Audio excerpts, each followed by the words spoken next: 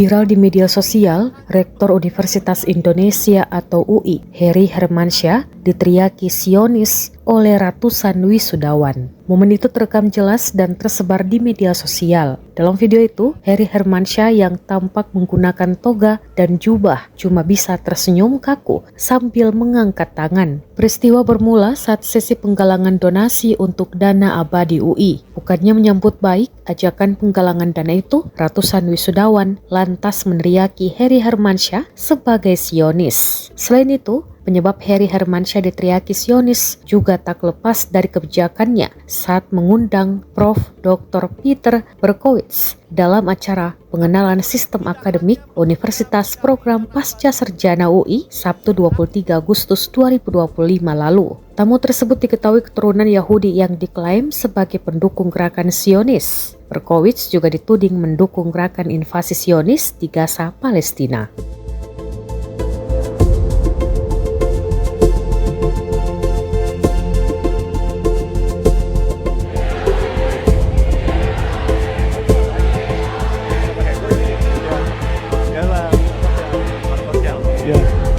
Nah,